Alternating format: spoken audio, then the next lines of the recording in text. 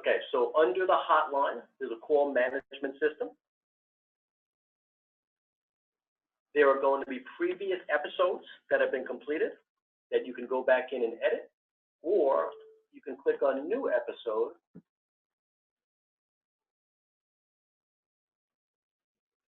and a new screen will pop up. So pay attention to over here.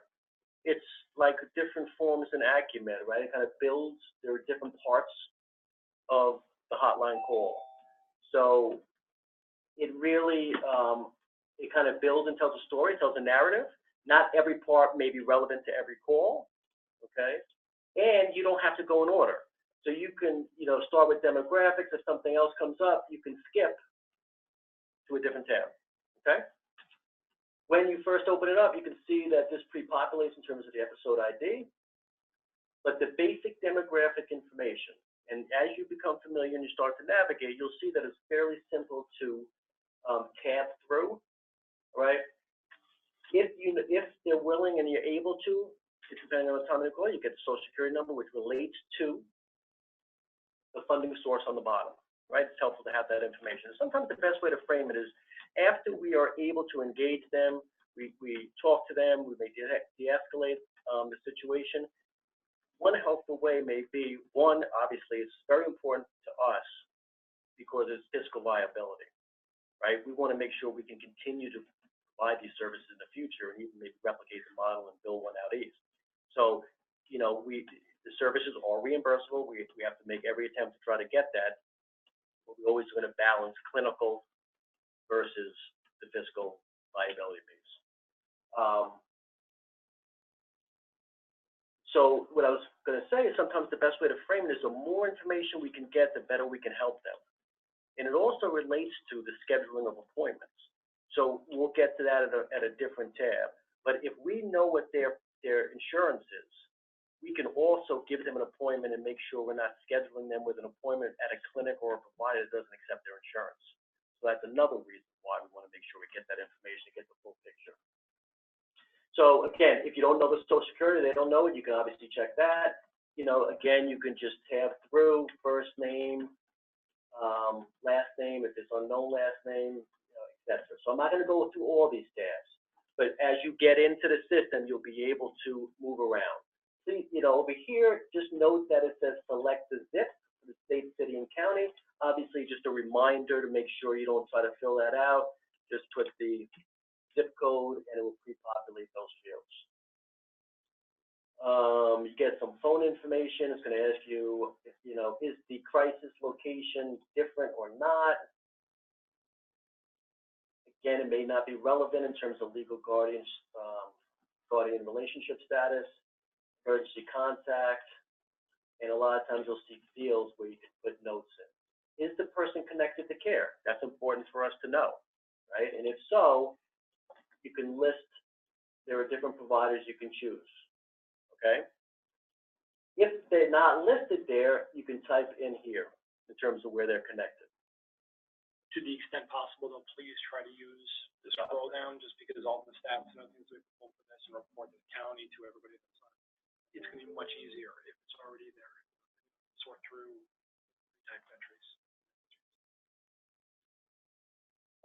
So funding sources. So let's say we know that the person says, you know what, I do have Fidelis Medicaid. This is the CIN number, etc. Just remember, as you're collecting this information or any of the fields, like over here it says add demographics, you always want to make sure you hit update. All right, and it will pre-populate in terms of down here. Okay, so again, right, so here we're at demographics. If I'm going to put in Mary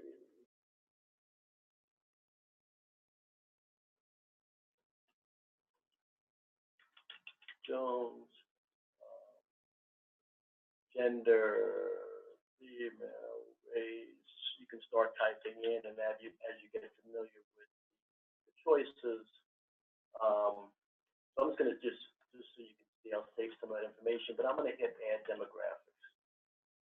So before you go to the next tab, make sure you go to the bottom and you save it by hitting Add Demographics. If the person you're collecting information on, right? So this is the person in crisis. If it's a third-party caller, a parent's calling in or someone else is calling in, you would just capture that information in the third-party caller information. Who's calling regarding the person in crisis? Same functionality. You're going to document the last name, phone number.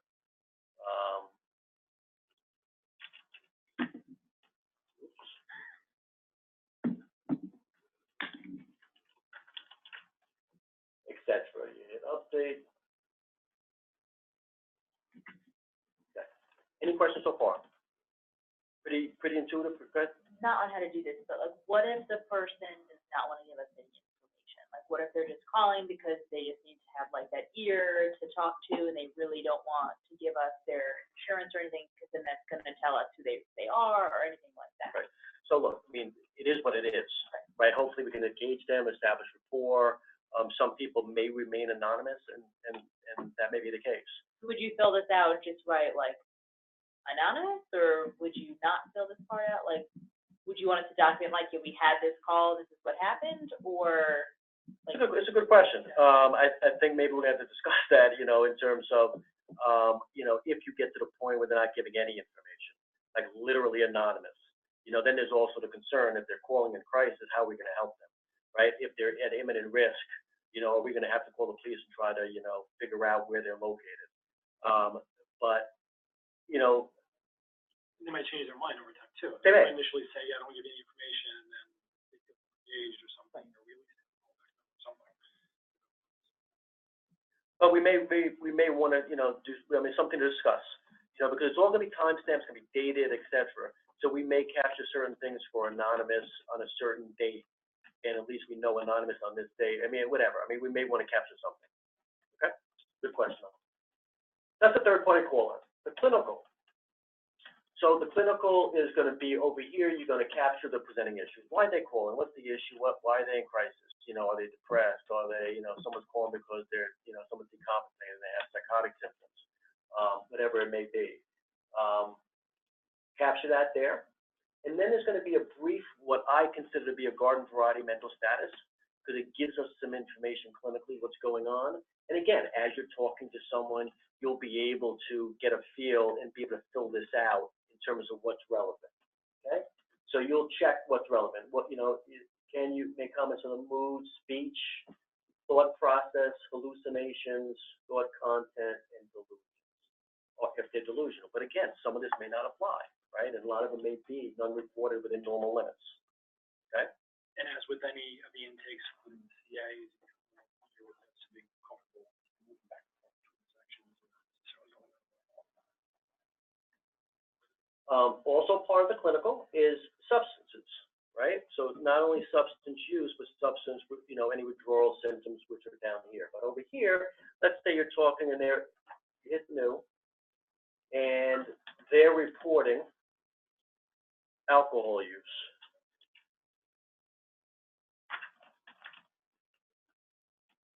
All right, you're going to hit daily. No, this is oral. Last use in the last 24 hours. Update. They said I drink every day, but actually my primary substance is cocaine. So you would just load it up again, cocaine. You would then check primary substance, hit update again. Now you have that recorded. Again, I don't think it's going to be very often that someone's going to be calling an inactive withdrawal. But if they're talking about symptoms of withdrawal, this is where you will capture it. Okay? And again, there's drop downs. Here you note any withdrawal symptoms, anything relevant. Treatment history. Have they been in the ED the past 30 days? Are they currently? Is that for psych or substance or both? Hospital ED in the past 30 days, it really doesn't specify, it's really just, it's ED, but you can put in here any notes. Right, okay. Okay? Is mental health. right? So current mental health treatment you want to capture, and current substance abuse treatment, all right, with any history comments, all right? So if you want to report on the ED history in terms of within the past 30 days or even beyond that, you can put a quick note in, okay? Medication, again, if we're asking them or it comes up, you know, sometimes they'll call it, I need medication, I was on medication in the past, right? Start typing in, right, hit update. Now again, the reason why, you know, this is a decent amount of information, but we also have to think of it as from here, this person may be dispatched to mobile crisis, this person may be dispatched to DASH, this person may be dispatched or given an appointment for one of our clinics. If one of our clinics receives an appointment, okay, they'll be able to download all this information and export it and scan it into the EMR. If it goes to DASH, it's going to go automatically into DASH, so they'll have all this information. So again, very important, you know, and it all works together. Any questions so far? Okay. Medication compliance, yes or no? Medical issues. If the medication up here was not listed in the drop-down, you could put it right here. Any medical issues you want to note. And then here, these are more, these are, different needs that someone may have. Psychosocial determinants of health, in terms of, if they're homeless, do they have financial problems, etc. But here you can check what's relevant. I have a question. So, if we're speaking with someone and they maybe hang up before we're able to get all this information from them, is there a way to know whether, under medications, if someone says, I'm not on any medication versus if you just don't know, is there a way to note that so that if it's left blank, anyone looking back can tell if it's unknown or if it's nothing, if it's no? So what I would do, so you're saying if let's say you don't, someone hangs up, you didn't get the medication, or it's unknown. Yeah, so I'm saying, is there a way to differentiate? Yep. If you don't have an answer to the question, you don't know it, or if you're leaving those categories blank because they don't have anything to list under those categories. Does that make sense? You could put none report or none reported. So that's an option on there? Well, you can put it right in here. Okay. Right, I would make a note Okay. there. So it makes sense, but there's not a way right now to differentiate between that, but I would just put a note in. Okay. Okay, so again, same thing, add clinical record, right?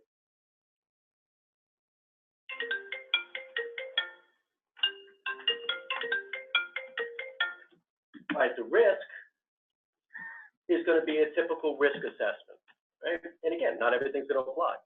So here are some risk factors, right? If they're hopeless, perceives themselves as a burden, currently intoxicated, helpless, check what applies. Do they have any thoughts of any suicidal ideation? If so, you could rate it, all right, from 1 to 10. Any plans? Any intent?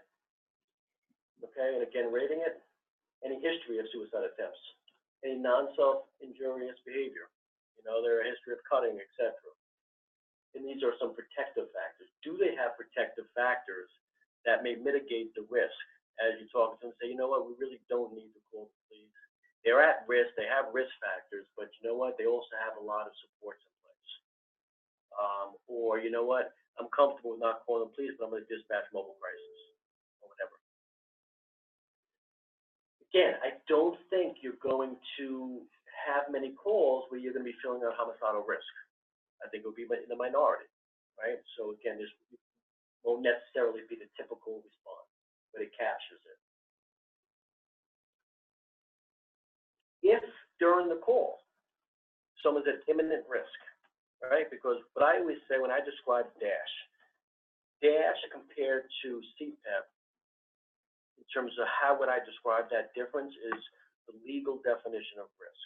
If someone is legally at imminent risk, a danger to themselves or others, they need to go to the hospital. They're not coming to DASH. So this is how we train the police officers.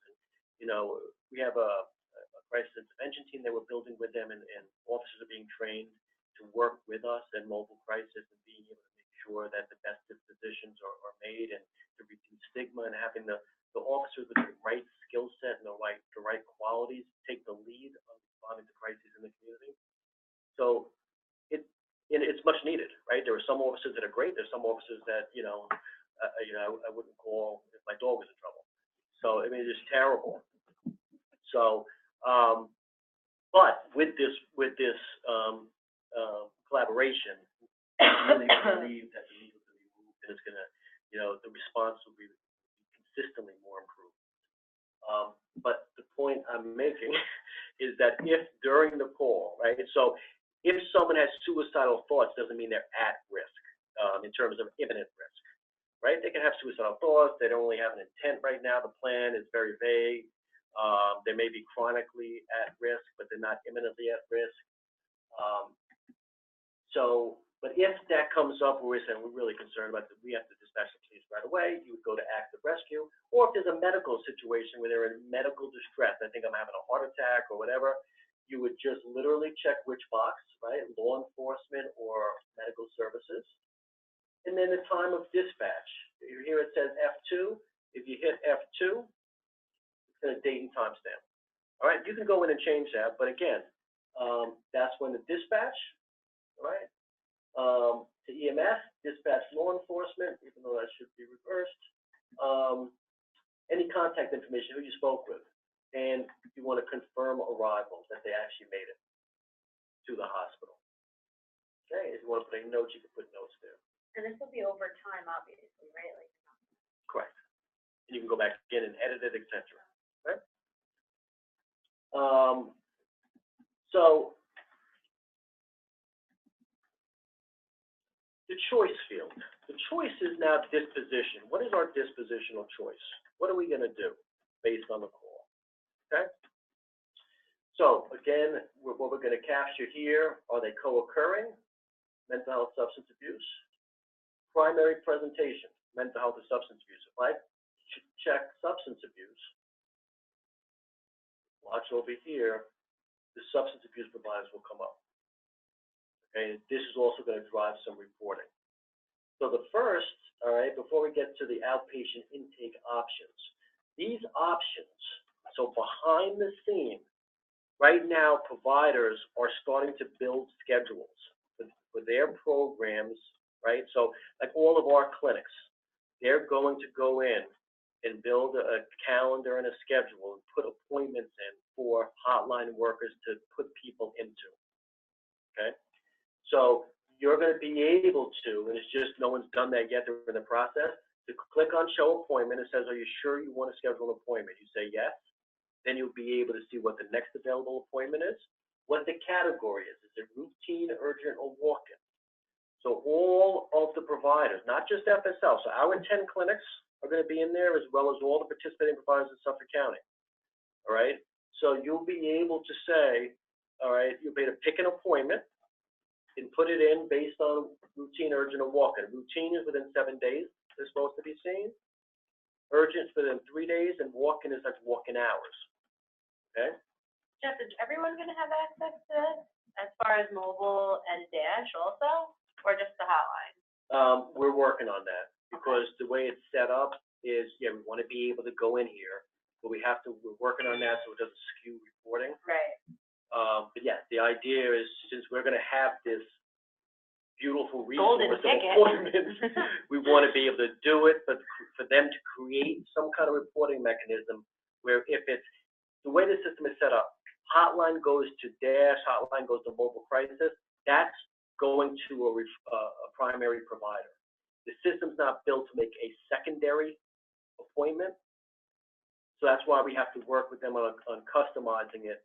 So even if we refer to Dash, then Dash can go in, we could check it as a secondary referral, and they could go in and have access to this. Make sense? Yeah, that's great. Okay. I love it. So from an evidence-based standpoint, right? You always hear about evidence-based and, you know, what is the best practice. The locus criteria is an evidence-based national tool that helps with the level of care determination. We will continue to kind of work, and we may tweak this. So over here, you'll say intake outpatient intake options, locus 1 to 3, right? Over here, refer to dash, we don't have anything there in terms of a score, but mobile crisis team 4 to 6 would be what their score is. So if you click on this, you could expand it. It basically is going to say this is what the tool is made of. And again, as you get familiar, it will be helpful, right, to be able to say, all right, minimal risk of harm. Is you have to, each time you have to hit functional status. Let's say 1.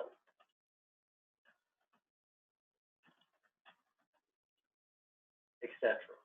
Okay, you X out, and what this does is going to score it and give you a total score, and it's a guide. So as you become familiar with the definition, it's a way to objectively come up. Now again, obviously clinical judgment and everything else, but this is something that is used by other programs across the country to really kind of have a standard set of this is really kind of a level of care determination. Just like in substance abuse, they have the locator. You know, does someone really qualify for outpatient 822, outpatient treatment, or do they need rehab? Do they need detox, etc.? Okay. All right. So let's say, you know what, you're on the phone. You say this person really needs to go to dash. You know, they need respite. They need to just get away from their situation, etc. If you check this box, and if you hit the choice record after add choice record, this information automatically goes to dash. All right, so I can go back to, I'll just show you real quick. So the information would go to guest bed census, and on dash side, the person would be put into a bed. All right, and they'll have access to that information. You guys are familiar. If we hit, all right, so let me go back to this real quick.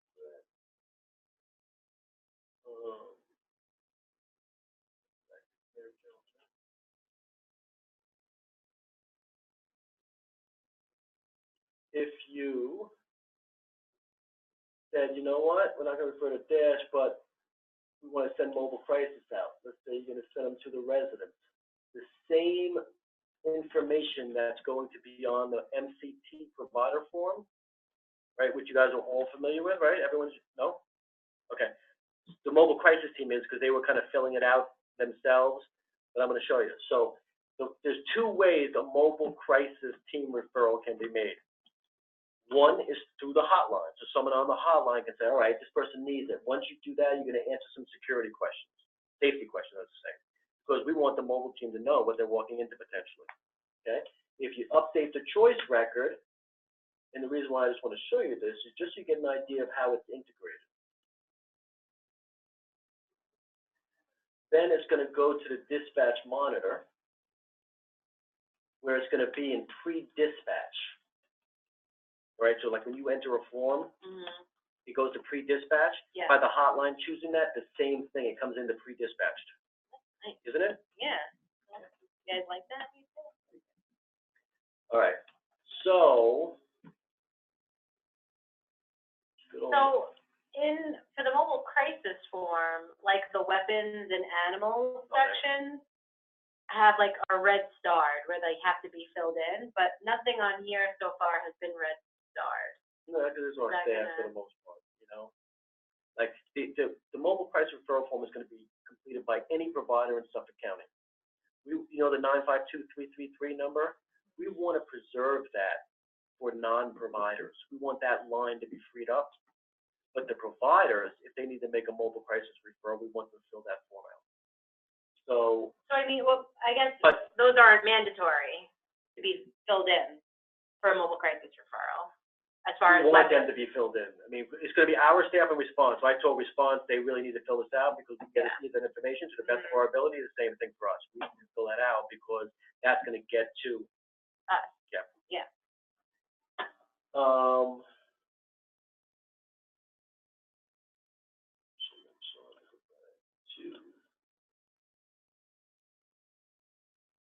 right. So those are the three dispositions. Let's say someone called and they just wanted some information. You could talk about, what they called about. You could put some notes in. The caller hung up. Yeah. They hung up. Prank call, someone called, sexually perverted call. I mean, you're going to get different calls at different times. The reality is that some people, once you know you're on a hotline, they'll get prank calls.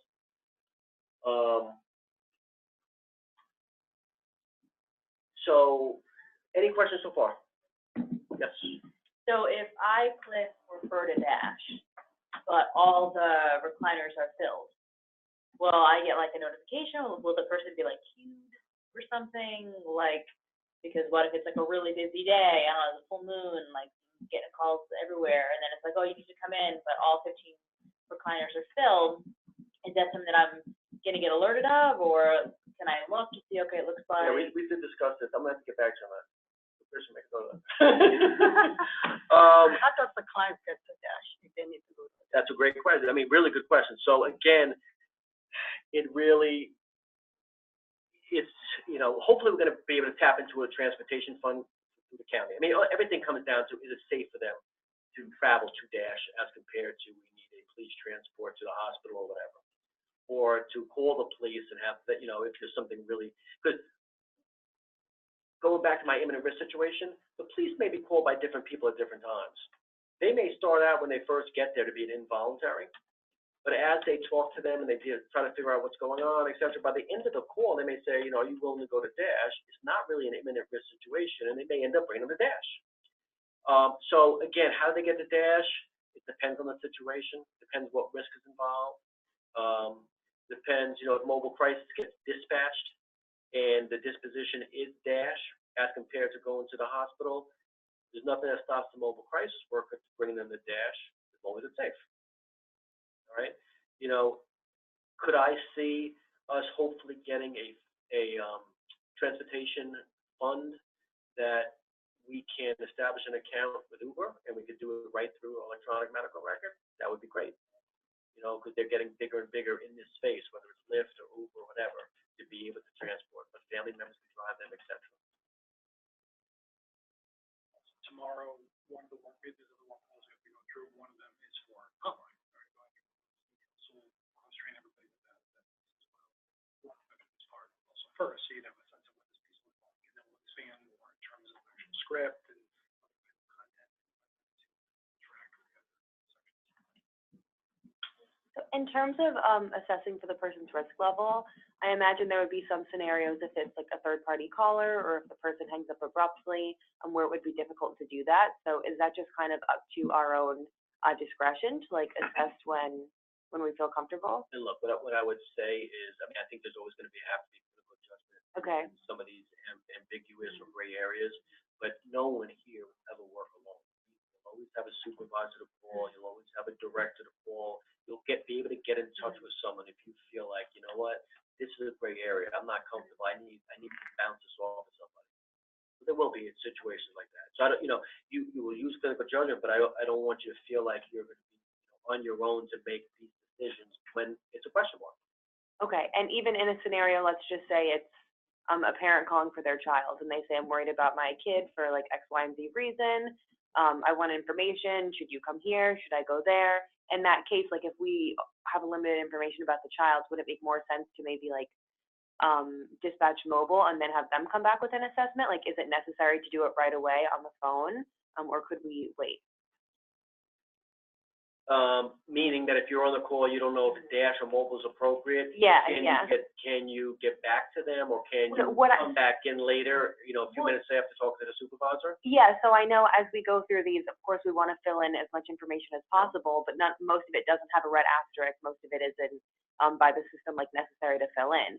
So I'm saying in terms of like something like assessment, how often would we say, I don't know enough about this person to assess them? Or if mobile's going out, I would rather communicate with mobile and then go back. Is that something we can do whenever we feel it's appropriate, or should it be done every time? The full amount, you mean, of information here? Yes, yeah. Yeah, so again, if we're going to dispatch mobile or refer to Dash, we want to get as full a picture as possible. Okay. But at the same time, there may be situations situations where you're not able to for various reasons. Okay. Right? Just like someone's in crisis, I can, there are different things, whether it's clinical information, right? And let's say we do dispatch mobile, they're going to fill out their information, right? We could always go back and edit, right? But, the other thing is that while we always say, look, we're always balancing quality care, clinical factors, right, versus getting other information like, what's their Medicaid, number or their insurance information.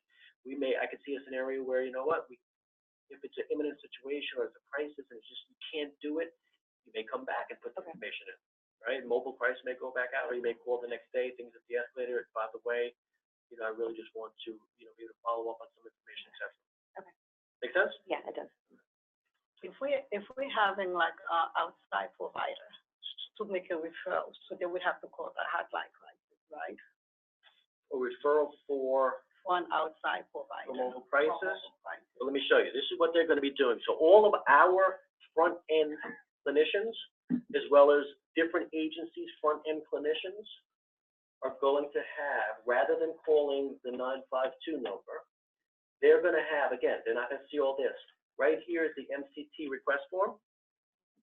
So again, same thing. You could, previous ones that have been submitted, or a new referral. So now this does, so for those that haven't seen this, that haven't been part of mobile crisis, this is what everyone was referring to in terms of the red asterisk, right? In terms of what's mandatory. And the safety, particularly on the bottom, over here, weapons or animals in the home.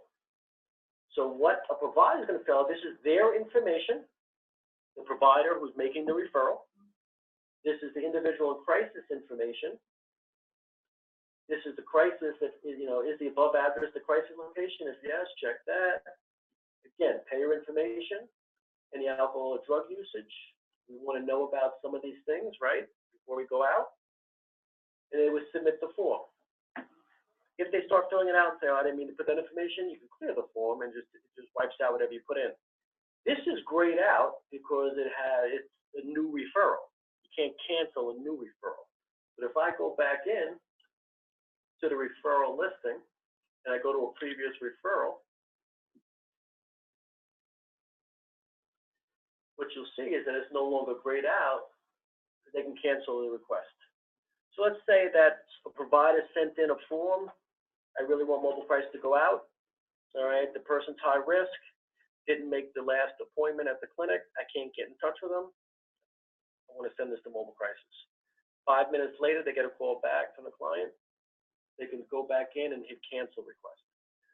Each time, they're going to get a notification, as will we, that one, it was successfully submitted, and then it was successfully canceled. Or if the cop, let's say they put a referral in, 5 minutes later, say, you know what? I no longer need mobile crisis. The police showed up. They're taking them to the hospital. Cancel the request. Oh, all right.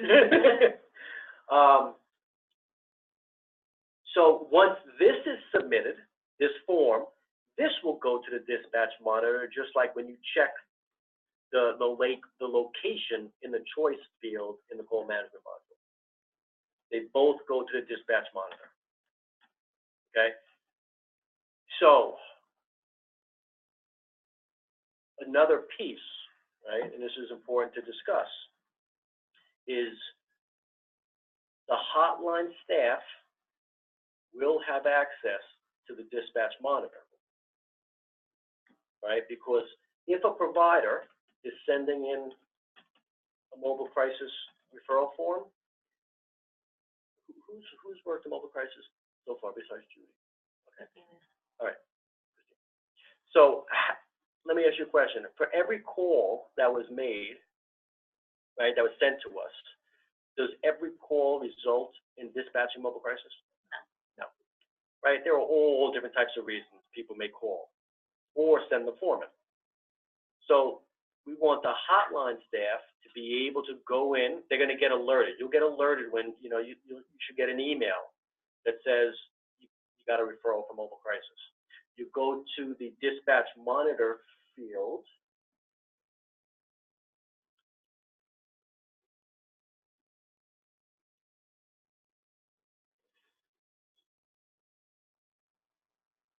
and you'll be able to look at the information in terms of what's being sent in, okay? It's gonna be in pre-dispatch. We want the hotline staff to be able to say, wait a minute, before it just automatically goes, because you can change the status from pre-dispatch to dispatch. You may want to make a call, for instance, I don't know if this really needs a mobile crisis team referral. Also, when it's in pre-dispatch, it's like highlighted purple, like how these are highlighted. It would say pre-dispatch here, and it would be purple, so like you can't miss it, like right there. You may choose to decide, say, you know what, this is an appropriate referral, and you change it to dispatch, which then goes to the mobile crisis team. Or you may change it in terminate and not move further. What do you call it again? Cancel. Cancel too, that's good. Well, you would accept it first. Okay, yeah. So that you'll have, yeah, so go ahead. So you'll accept it and then cancel? No. If you are dispatching, Yeah. you wouldn't just No, dispatch. accept and then You would dispatch. accept it first, and then when the team leaves, they would be dispatched. Oh, all right, so the terminology is correct. So I said dispatch. So Yeah. really, Stephanie is absolutely right. It's been a while since I've been in there. So you would accept it, and then the team says, all right, this referral is for you. When they leave, they put the status to dispatch, because it actually tracks when you leave versus when you get there, how long it takes you to travel, how long it takes you to complete the assessment, et cetera. So there's different statuses. Just clarification, when does that clock start running, at accepted or dispatched? For the travel, or for what? Like The for which 3-hour window. Look, I mean, the 3-hour time frame, I'm trying to think. So we do have that report, that was tied into the contract in terms of when we responded to that RFP. We said, I believe it's accepted, is what was in my notes. Because once it's dispatched, it's not gonna take us 3 hours to get somewhere. Right, but I don't think it's tracking that, I'm saying, from dispatch, then you start to do the assessment. I think what they're saying is from beginning to end. no, we're saying from the time, for the 3-hour rule is from the time we get the referral. I don't know if it's accepted dispatch, I'll have to check. Right. Because we have a report, based on what the rules are, so I didn't forget which one it is. I have in my notes from Okay. when we first started talking about BHL, that the clock starts once we accept the referral Okay. in BHL. So I don't know if So the that's, clock would I don't know if that's stop right. That's what I have once written. we arrive on site, in terms of the 3 hours. So it doesn't include the assessment, the disposition, everything else. Oh, okay. Just from that key performance indicator. Gotcha. Yep. Okay, gotcha. Yeah, it's kind of. So we are gonna have like a dashboard where it's gonna have, how long did it take, like a dash. We're gonna have like a management dashboard where we're gonna say, the police drops, what's the average length of time for a particular day, or we can run a report for a time period, like a month. What was the average length of time it took for the police officer to drop someone off and to leave? What was the average length of time it took for someone to go, in terms of to get to the person in crisis? There are several of them. How many, obviously how many, what's the average, or what's the census for a particular day? What's the average census? How many people end up coming to DASH and actually go in a reverse direction to the hospital? So there are a lot of things we're going to be tracking. So that's for the BHL standpoint. Okay, so we captured that in terms of the call monitor, the dispatch monitor for those that come in through the provider form. And the people, obviously response, I don't really expect them to get a lot overnight, because I don't know how many providers are filling out this form when it's 3 in the morning. You guys will probably be getting the provider form and getting alerted to it, because that's when, the clinics and programs are open, right? How about this, a residential? Oh, residential. It could be, yeah, Yeah, like the back and. yeah. We don't respond to, Pilgrim clients. But during the day, but on the weekend, we don't have a mobile, we don't have a. Well, Pilgrim has their own MIT. No, but that's Right. going up until 6:30. Oh. Yeah, so, well, let me mention something. Obviously, we're starting on the 4th in terms of DASH, right, in terms of the hotline services. Mobile crisis, everyone's aware that we're not doing 24 hours out of the gate. We are going to do 7 days a week, but it's going to be 8 a.m. to 12 midnight.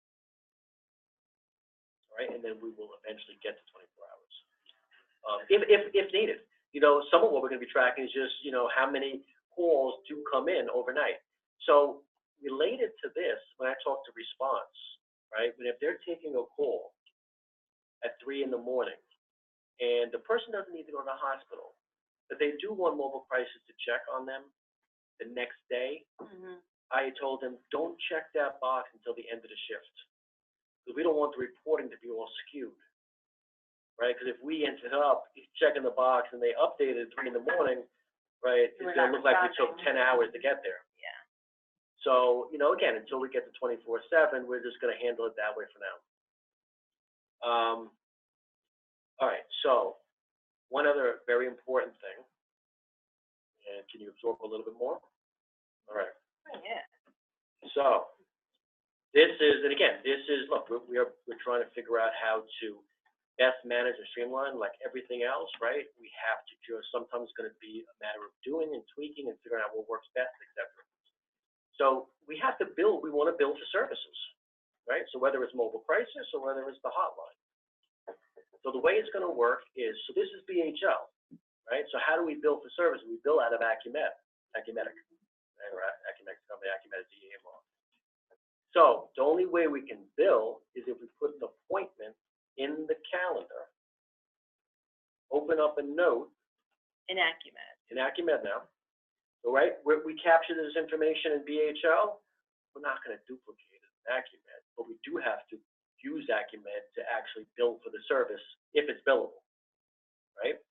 And when I say if it's billable, in the beginning, it's going to be based on 15-minute units, right? So if the call, you know, we're gonna actually, you know, choose the service, which is crisis intervention. You guys are going to actually have, and I didn't mention this, but you're going to have your own program. It's going to be the hotline. So we have a program for a hotline. We have a program for MCT. We have a program for DASH. So you'll be able to, if it's a new client that's not part of FSL, right? We're going to open up a record, right? We would put the program as hotline. It's going to be 90 Adams is the location. Right? If there's already a client that is known to us, we would just create a new episode for the hotline. Then you would just literally basically say, you're going to write a note, because the note, and once you sign the note, is what drops the bill. So the way Acumen is you have to, you know, it's like a safeguard. You can't bill unless there's an appointment in the calendar. You're not going to drop the bill unless the note is completed, right? So it makes sense? So we would just say, you know, we would make sure that we're going to bill for the amount of time. So if it was 30-minute call, we would put the amount of the time of the call, the duration. Or if the service would be crisis intervention, you could put CBHL, right, in the note, and you'd put a diagnosis in, because you need a provisional diagnosis in order to bill, right? So based on this call, when relevant, you're going to put a provisional diagnosis in. You'll be able to sign the note, right, once you create that the appointment in the calendar, and then that will be it. That's in the workflow we'll talk about tomorrow also. If it's under 15 minutes, we'll be something like that. No, I can't book. If it's under 15 minutes, you know, we just won't bill it. It's not available. The process will be the same. So once you complete the note, then you have to go to Acumen Once you complete this, and then go and schedule it, put it on the scheduler, and then write the note. yeah, we have to pick the right program in the right location. Very important. You have to pick hotline, 90 Adams, and then you'll make the appointment for whatever the call was. Okay. Now again,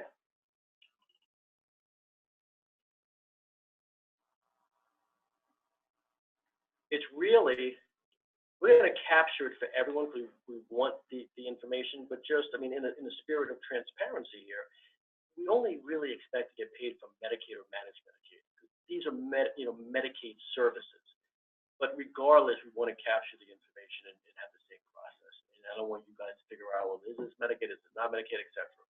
So the only other thing that will happen is, and again, I know it's a lot, but once you get familiar, it's going to be routine, is that we're going to have an eligibility department now, right? Did you guys hear about that? So in the past, we've had each office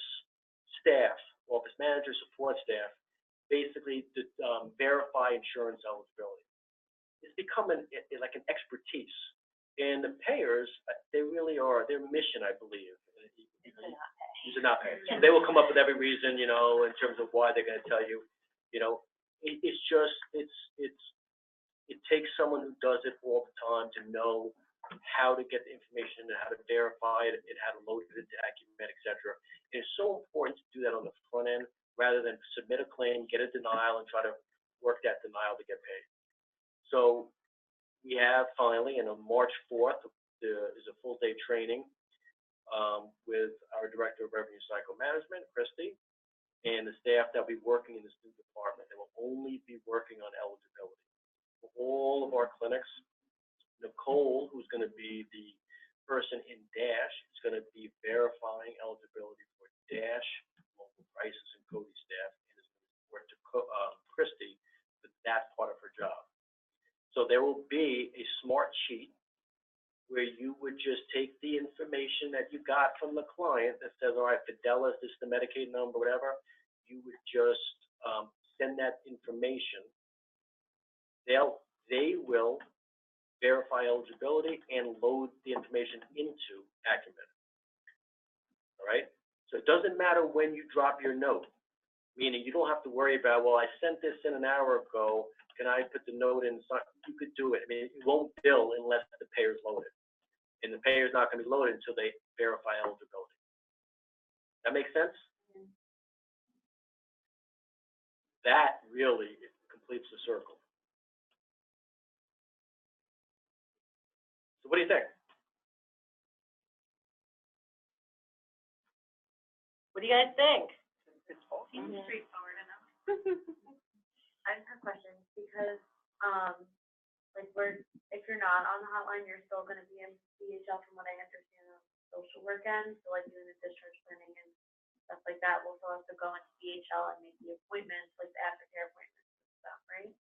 Yeah, that's what we're gonna have to work on. That's the piece where, you know, whoever is gonna be doing the discharge, quote unquote, from DASH, is we're trying to work on being able to give access to the staff at DASH to go into that choice tab and figure out the best way to do that. So as of right now, there's no answer to that. Yeah, I mean, it's hopefully, you know, within a couple of days. Okay. Yeah, but that's a great question. We'll work on that. What else? Can I just review some that is in my head? Yeah. I don't know if I know. Okay, so the person. I actually recorded this, so not the beginning, not the beginning piece. So you're gonna miss my whole little spiel prior to that. But yes, for the training, I recorded it,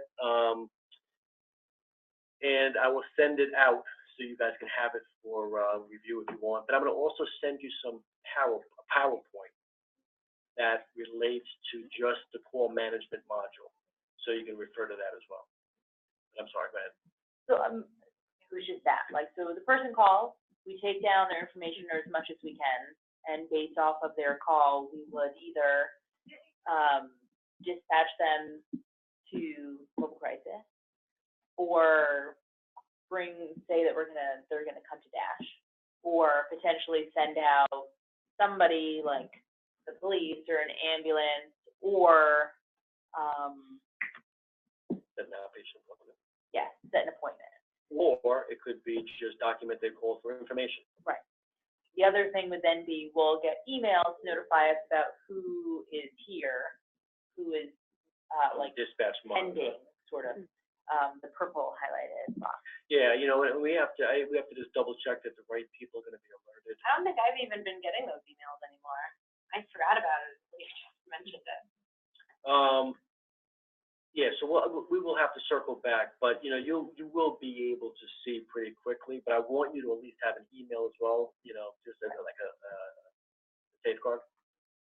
So then, if whoever would be like in purple highlighted, we would then call that person to follow up to see if it's something that requires mobile crisis to go out, or if it's just more like, well, actually, I just really need an appointment, or something like that. Correct. Or, you know, maybe you don't even have to call, and based on the information that is transmitted, you'll just go ahead and put it as active. Okay. Active? Accepted? Accepted. Oh, wait, I thought I got it. We wouldn't still call them and say, hey, we're dispatching mobile crisis? Again, case by case, it depends, you know. Ooh. And then after everything's done, you would just make a note, in Acumen for 15, 30, whatever minutes in Acumen. You'd open, if you search to make sure that the person's not already known to us. If not, you'd open up the record, right, name, date of birth, gender. You'd schedule that appointment. In that program for hotline, 90 Adams is the location. You put whatever time that amount of the call was, right? And you'd pull up a note, and then you'd sign the note. You put the diagnosis in, sign the note, and you would also just like refer to VHL, because again, if it, for auditing purposes, if someone comes back, we build for this service. Where's your documentation? We wouldn't write like a full note though in Acumen, what was discussed? Everything's right here. Oh. Everything's in VHL. So you would just literally. Just like with response, they use iCarol for all their call management. They're not going to be putting all the information they put in here in iCarol. They're going to just be putting it in here. We don't want duplication, even though there are some things we have to do to be able to send the bill out and everything else. So how would we write the phone session note? There's the 4 boxes, like whatever. Just in the first box, you'd write just refer to BHL and sign it, and that's it. I'll go write that's enough tomorrow. Okay. So, when we're on Acumen, when we're putting in the note for a phone call, there will be a separate program for hotline. So if someone calls and says, I want the mobile team to come to me, this is what's happening, and we determine that like it should be accepted, we have to dispatch, there's a code for the hotline program, right? In Acumen, you're saying? Yeah. So in Acumen, so say one more time. I was. So I know like when I work with mobile, Yep. And you have to put in, I don't remember, it's like provider or something like that, but you have to put in MRT, right? And I know we have one for Dash also. But what I'm thinking is, let's just say I'm working in the Dash building on the hotline. Someone calls and they say, I have a referral for mobile and it's accepted. Would I have to differentiate if I list it as Dash or as mobile or as hotline and option? It will be an option. It will be an option. Okay. That's what I was saying before. Okay, I just wanted to double check. There absolutely will be. And the reason why, I don't want to get into the weeds. We're kind of looking at where things are at now, where things are going to be in the future, and it affects reporting and everything else. So it's not, at first we were saying, well, you know what, we're using this for hotline. You really don't need a separate program in Acumen, but we do, because one, even though we're going to be billing through the clinic initially until the crisis benefit comes into place, but when the crisis benefit is approved and we can bill against that, it's going to be a whole different rate code, and so it needs its own separate program. Great question. I have one other question. Yeah. So what's the difference between having a caller and listing a third-party person calling and putting in the referral form? So all right, so that's a good question. So a third party, let's say a parent says, I really want mobile crisis, they call it, because the parent is not going to have access to the mobile crisis form. It's only for providers. Okay.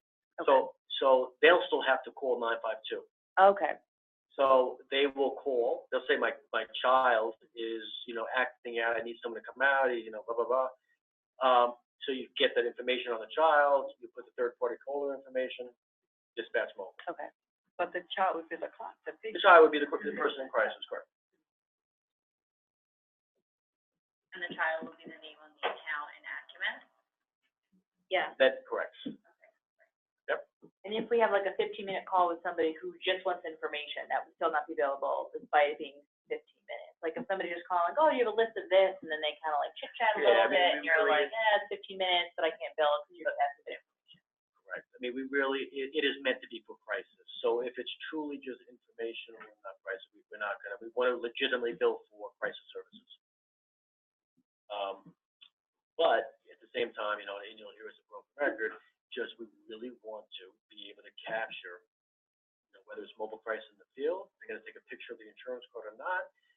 Look, we're delivering these services. These services are valuable. We want to be able to be reimbursed when we're supposed to. And again, I really meant, I'm not getting ahead of ourselves, but the success of this model will dictate if we're going to open up another one. And the goal is that we want to have one on the East End, and there already is talk about that. Because this model, this diversionary model, is really, you know, it's so important to assist them, be able to provide the right level of care at the right time, right? And how many people go to the EDs? They don't need to go there, right? How many people end up going into the criminal justice system when really what they need is treatment? So, you know, and there's, you know, there's proof of concept, you know, to this model. So, anything else? So I mean, there is information, you'll get used to it, you'll you know, you'll learn to navigate it, but fairly user-friendly, intuitive. Okay, good. It's working, it's good. That, when it's working, that helps too. Retain time tomorrow, Friday, also to drill in this. Some other things. And what I would just say is, look, any new application, and you know, you're absolutely right though.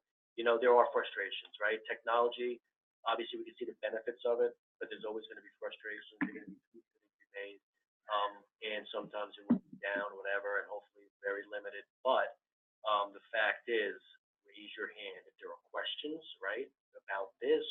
There's when I send you the PowerPoint, there will be a number on the last page, an email on the last page for support for BHL. All right, so you could email them with support questions. We have internal resources you could ask. So that I don't want you to feel like you're on your own. You have to try to figure it out. Is it on the Hive? Oh, so actually it is. Let's get out of here real quick.